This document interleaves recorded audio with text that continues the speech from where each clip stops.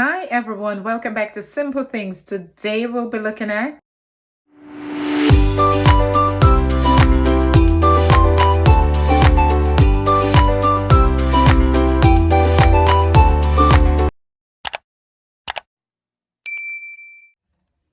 I'm sure we're all familiar with the belief that gigantic reptiles called dinosaurs roamed this earth over 200 million years ago. While that age of the earth is a whole different subject covered in my video, the compelling truth behind the Big Bang Theory and the Bible, don't be too quick to dismiss the whole idea of dinosaurs.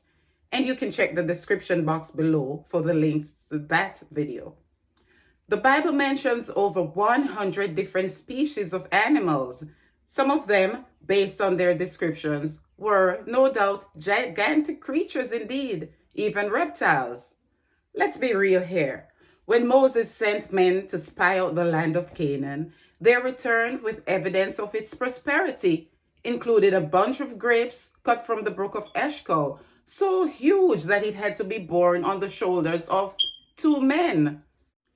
While the Bible does not give the specific height, men like Saul, Samuel, the men of Anak, the Sabaeans were all stated to be way taller than most. The book of Deuteronomy also gives the specifications of the bed of Og, the Bashan king, proving that he was giant-sized. Why am I saying all this?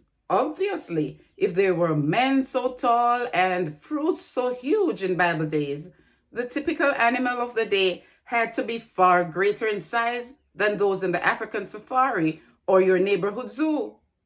In this video, we'll take a look at some of the largest and some of the creepiest animals mentioned in the Bible and see how they compare to the animals we're familiar with today.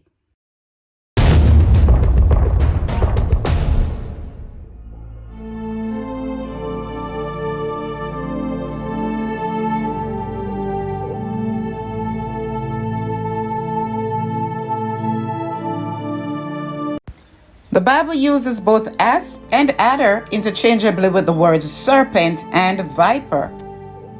In the book of Isaiah, it tells us,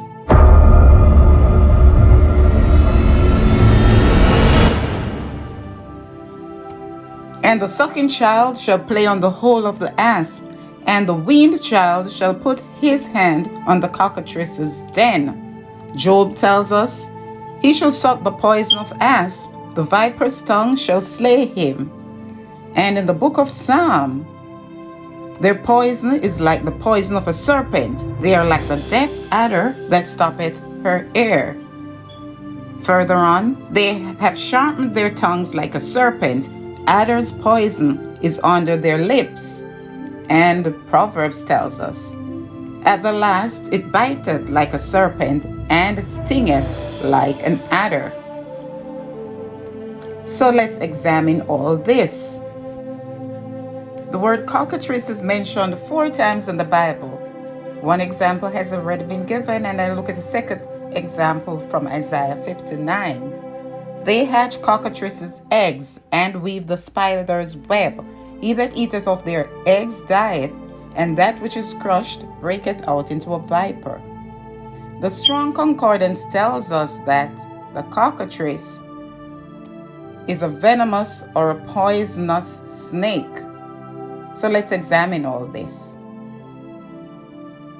The Bible likens the cockatrice to both the asp and the adder by telling us that the cockatrice lives in a den, it lays eggs, and its eggs are poisonous.